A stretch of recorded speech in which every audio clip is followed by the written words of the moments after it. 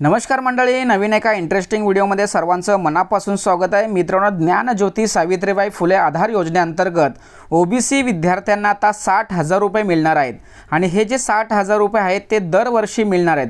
परंतु विद्यार्थी मित्रांनो, अर्ज कुठे करावा, कसा करावा, त्यासाठी कोणकोणते कागदपत्र लागतात, कोणती दक्षता घ्यावी, अर्ज ऑनलाईन आहेत की ऑफलाईन आहेत याविषयी संपूर्ण माहिती आपण या व्हिडिओमध्ये जाणून घेणार आहोत। व्हिडिओला सुरुवात करण्यापूर्वी चॅनलवरती जर नवीन असाल तर कृपा करा चॅनल सबस्क्राइब करा। अशाच महत्त्वपूर्ण अपडेट या चॅनलवरती येत असतात। चला तर मित्रांनो, व्हिडिओला सुरुवात करूया।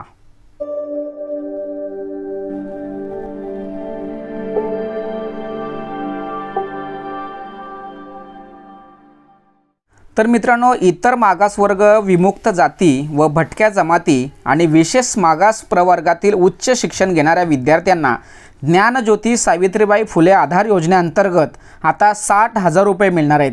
तर त्यासाठी कोणते निकष आहेत, अटी कोणत्या आहेत हे आपण या ठिकाणी जाणून घेणार आहोत। तर आदिवासी विकास विभागाच्या स्वयंयोजना व सामाजिक न्याय व विशेष सहाय्य विभागाची स्व आधार योजनेच्या धर्तीवर ही योजना सुरू केलेली आहे। यामध्ये जे मागास वर्ग आहेत म्हणजेच काय तर विमुक्त जाती, भटक्या जमाती किंवा मागास बहुजन कल्याण विभागातून ज्या भटक्या जमाती प्रवर्ग आहेत, धनगर समाजाच्या विद्यार्थ्यांकरिता निर्वाह भत्त्याची पंडित दीनदयाल उपाध्याय स्वयं योजना यासाठी अनेक योजना या ठिकाणी चालू केलेल्या आहेत। मित्रांनो, प्रति जिल्हा 600 रुपये प्रमाणे 21,600 विद्यार्थ्यांकरिता ही योजना आतापर्यंत राबवण्यात आलेली आहे। जर तुम्हाला या योजनेचा लाभ घ्यायचा असेल तर याविषयी तुम्हाला संपूर्ण माहिती असणं आवश्यक आहे। जर समजा तुम्ही जर ओबीसी असेल तर तुम्ही ओबीसी असाल पण तुम्ही पात्र आहात किंवा नाही हे सुद्धा तुम्हाला माहीत पाहिजे। तर जर तुम्हाला अर्ज करायचा असेल तर तुम्हाला तुमच्या इतर मागास बहुजन कल्याण मंडळ जे असतात त्या ठिकाणी तुम्हाला ऑनलाईन आणि ऑफलाईन पद्धतीने म्हणजे तुम्ही ऑनलाईन सुद्धा आणि ऑफलाईन पद्धतीने सुद्धा अर्ज करू शकता। परंतु अर्ज करायचं कसं हे जरी माहीत असलं परंतु तुम्ही पात्र आहात किंवा नाही हे सुद्धा माहीत असणे आवश्यक आहे। आता नेमकी पात्रता काय आहे तर तो विद्यार्थी हा वसतिगृहामध्ये प्रवेश घेतलेला असावा, तसेच तो विद्यार्थी महाराष्ट्राचा रहिवासी असावा, त्याच्याकडे मागासवर्ग, विमुक्त जाती, भटक्या जमाती, विशेष मागास प्रवर्गातील जातीचा दाखला असणं आवश्यक आहे। तसेच जे अनाथ विद्यार्थी असतात त्या अनाथ विद्यार्थ्यांकडे त्या संबंधित अनाथ प्रमाणपत्र सुद्धा असणं आवश्यक आहे। आणि ज्या हँडिकॅप आहेत म्हणजे दिव्यांग आहेत त्यांच्याकडे 40 पेक्षा जास्त म्हणजे दिव्यांग असल्याचं प्रमाणपत्र अनिवार्य आहे। तसेच जे विद्यार्थ्यांचं वार्षिक उत्पन्न हे 2.5 लाखापेक्षा कमी आहे, जास्त नसावे, 2.5पेक्षा कमी असेल असाच विद्यार्थी या योजनेसाठी पात्र असणार आहे। तसेच सर्वात महत्त्वाचे हे जे पैसे येतात ते पैसे घेण्यासाठी विद्यार्थ्याने स्वतःचा आधार क्रमांक आपल्या राष्ट्रीयकृत बँकेत संलग्न करणे आवश्यक आहे, म्हणजे तो बँकेला लिंक असणं आवश्यक आहे। विद्यार्थ्याने प्रवेश घेतलेली शैक्षणिक संस्था ज्या शहराच्या आणि तालुक्याच्या ठिकाणी आहे अशा शहरातील विद्यार्थी तो रहिवासी नसावा, ही सर्वात महत्त्वाची अट आहे। आता शैक्षणिक अट कोणती तर यामध्ये 12वी नंतरचे उच्च शिक्षण घेतलेले विद्यार्थी या योजनेसाठी पात्र असणार आहेत। तसेच व्यावसायिक तसेच बिगर व्यावसायिक अभ्यासक्रमात प्रवेश मिळालेले विद्यार्थ्यास सदर योजनेसाठी अर्ज करताना किमान 60% गुण असणं आवश्यक आहे। तसेच व्यावसायिकसाठी तुमच्याकडे 12वी गुणांची टक्केवारी विचारात घेतली जाणार आहे। तसेच सदर योजनेअंतर्गत एकूण प्रवेश संख्येच्या 70% जागा व्यावसायिक शिक्षण घेणाऱ्या विद्यार्थ्यांसाठी व 30% जागा ह्या बिगर व्यावसायिक प्रशिक्षण घेणाऱ्या विद्यार्थ्यांसाठी असणार आहेत। तसेच जे समजा या योजनेचा लाभ घ्यायचा असेल तर तुम्ही ज्या शाळेमध्ये किंवा महाविद्यालयामध्ये शिक्षण घेत आहे तेथे तुमची 75% उपस्थिती म्हणजे गरजेची आहे। जर 75%पेक्षा कमी जर तुमची प्रेझेंटी असेल किंवा हजेरी असेल तर तुम्हाला या योजनेचा लाभ मिळणार नाही आहे। आता या योजनेचा लाभ घ्यायचा असेल तर तुम्हाला इतर मागास बहुजन कल्याण जे मंडळ असतात त्या कार्यालयामध्ये तुम्हाला हे अर्ज करायचे आहेत। आता सर्वात महत्त्वाचा विषय म्हणजे या योजनेचा लाभ घ्यायचा असेल तर विद्यार्थ्याचे कमाल वय हे 30 वर्षापेक्षा अधिक नसावे। योजनेचा लाभ हा 12वी नंतरच्या उच्च शिक्षण घेत असलेल्या विद्यार्थ्यास देण्यात येईल। तथापि एका विद्यार्थ्यासाठी जास्तीत जास्त 5 वर्ष सदर योजनेचा लाभ घेता येईल, परंतु इंजिनिअरिंग वैद्यकीय अभ्यास करण्यासाठी सदर योजनेचा लाभ हा जास्तीत जास्त 6 वर्षापर्यंत असू शकतो। अशा पद्धतीने मित्रांनो तुम्हाला या योजनेसंदर्भात जर लाभ घ्यायचा असेल तर तुमची ही पात्रता असणं आवश्यक आहे। विद्यार्थ्यास इतर मागास बहुजन कल्याण विभागाच्या, आदिवासी विकास विभागाच्या, सामाजिक न्याय विभागाच्या किंवा संबंधित शैक्षणिक संस्थेच्या वसतिगृहामध्ये मोफत प्रवेश मिळालेला नसावा। तसेच ज्या विद्यार्थ्यास इतर मागास बहुजन कल्याण विभागाच्या पंडित दीनदयाल उपाध्याय स्वयं योजनेचा लाभ अनुज्ञेय आहे त्यास या योजनेला लाभ मिळणार नाहीये। तसेच विद्यार्थी कोणत्याही प्रकारची नोकरी किंवा व्यवसाय करत नसावा, म्हणजे जर तुम्ही व्यवसाय किंवा नोकरी करत असेल तर या योजनेचा लाभ मिळणार नाहीये। विद्यार्थी व शैक्षणिक संस्थांनी सादर केलेल्या योजनेमध्ये फसवणूक केल्यास आढळल्यास संबंधित विद्यार्थी किंवा जी शैक्षणिक संस्था असते त्यांवरती कारवाई केली जाणार आहे।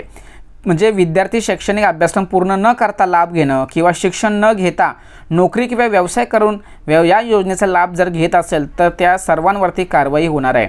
आता मित्रांनो या ठिकाणी तुम्हाला कशा पद्धतीने संख्या डिवाइड केले, इतर मागासवर्ग जर तुम्ही असाल तर तुमची 59 संख्या असणार आहे। तसेच विमुक्त जाती भटक्या जमाती असेल तर 34 विद्यार्थी संख्या, विशेष मागासवर्ग असेल तर 6 आणि अनाथ असेल तर 1, असे 100 विद्यार्थी संख्यांनुसार तुम्हाला या योजनेचा लाभ मिळणार आहे। आता मित्रांनो तुम्हाला या योजनेचा लाभ घ्यायचा असेल तर तुमच्याकडे कागदपत्र कोणते असावे, जर तुम्ही भाड्याने राहत असाल तर तुमच्याकडे प्रतिज्ञापत्र किंवा नोटरी असणं आवश्यक आहे। तसेच तुमच्याकडे स्वयं घोषणापत्रसुद्धा असणं आवश्यक आहे। जर कोणत्याही शासकीय वसतिगृहात प्रवेश घेतल्या नसल्याबाबतचं शपथपत्र तुमच्याकडे, भाड्याने जर तुम्ही राहत असेल तर भाडेचिठ्ठी किंवा भाडे करार किंवा करारनामा तुमच्याकडे असणं आवश्यक आहे। तसेच ज्या महाविद्यालयामध्ये तुम्ही प्रवेश घेतलेला आहे त्या ठिकाणचा पुरावा तुमच्याकडे असणं आवश्यक आहे।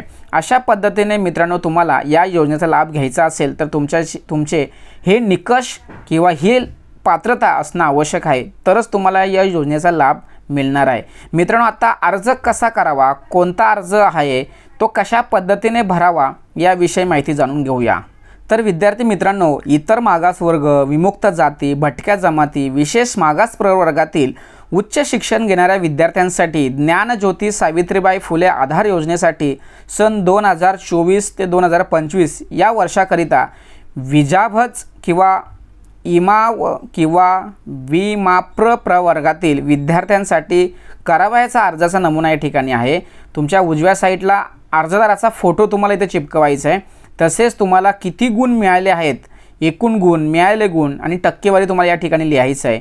तुम्हाला तुमचं जे मागास बहुजन कल्याण मंडळ आहे त्या ठिकाणचा तालुका किंवा जिल्हा तुम्हाला निवडायचं आहे आणि इथे तुम्हाला जी माहिती दिली ही सर्व माहिती मला मान्य आहे, म्हणजे हे जे कागदपत्र मी सादर करते ते सर्व कागदपत्र, शैक्षणिक अभ्यासक्रम जे आहे हे सर्व योग्य आहेत, खरे आहेत आणि यासाठी मी स्वतः या ठिकाणी सही करत आहे।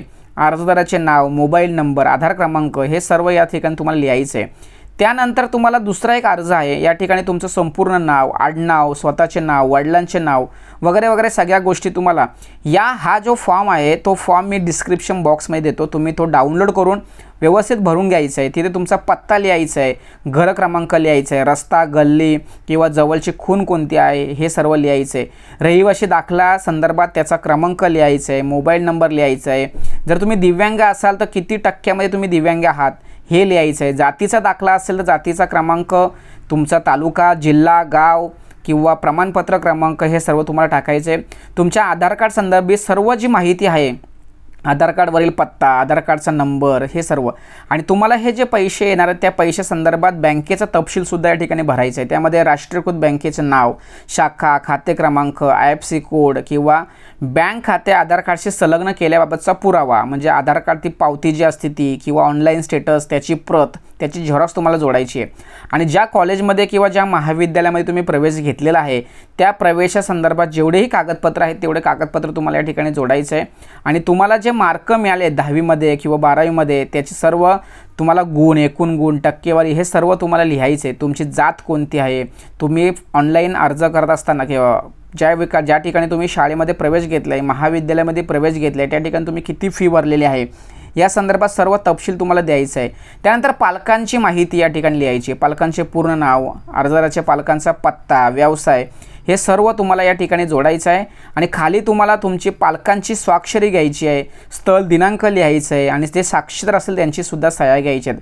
अशा पद्धतीने मित्रांनो अतिशय महत्त्वाचा इम्पॉर्टंट फॉर्म मी डिस्क्रिप्शन बॉक्समध्ये देतो आहे आणि हा डिस्क्रिप्शनमधील बॉक्सवरती लिंक म्हणजे जी लिंक दिलेली आहे त्या लिंकवरती क्लिक करायचं आहे, तो अर्ज डाउनलोड करायचा आहे, व्यवस्थित भरायचं आहे आणि तुमच्या कार्यालयामध्ये जमा करायचा आहे। आता मित्रांनो, किती पैसे तुम्हाला मिळतात, कशा पद्धतीने हप्ते मिळतात हे आपण जाणून घेऊया। या योजनेअंतर्गत जे पैसे येतात ते पैसे कशा पद्धतीने येतात या संदर्भात एक 13 डिसेंबर 2023 रोजी एक शासन निर्णय आला आहे आणि या शासन निर्णयामध्ये त्यांनी बघा या ठिकाणी सांगितलं की भोजन भत्ता इथे तुम्हाला जिल्हेसुद्धा दिले आहेत, म्हणजे प्रत्येक जिल्ह्यानुसार या ठिकाणी पैसे वेगवेगळे असणार आहेत। भोजन भत्ता हा तुम्हाला 32,000 रुपये येणार आहे, निवासी भत्ता हा 20,000 रुपये येणार आहे आणि निर्वाह भत्ता हा 8,000 रुपये, असे एकूण 60,000 रुपये येणार आहेत।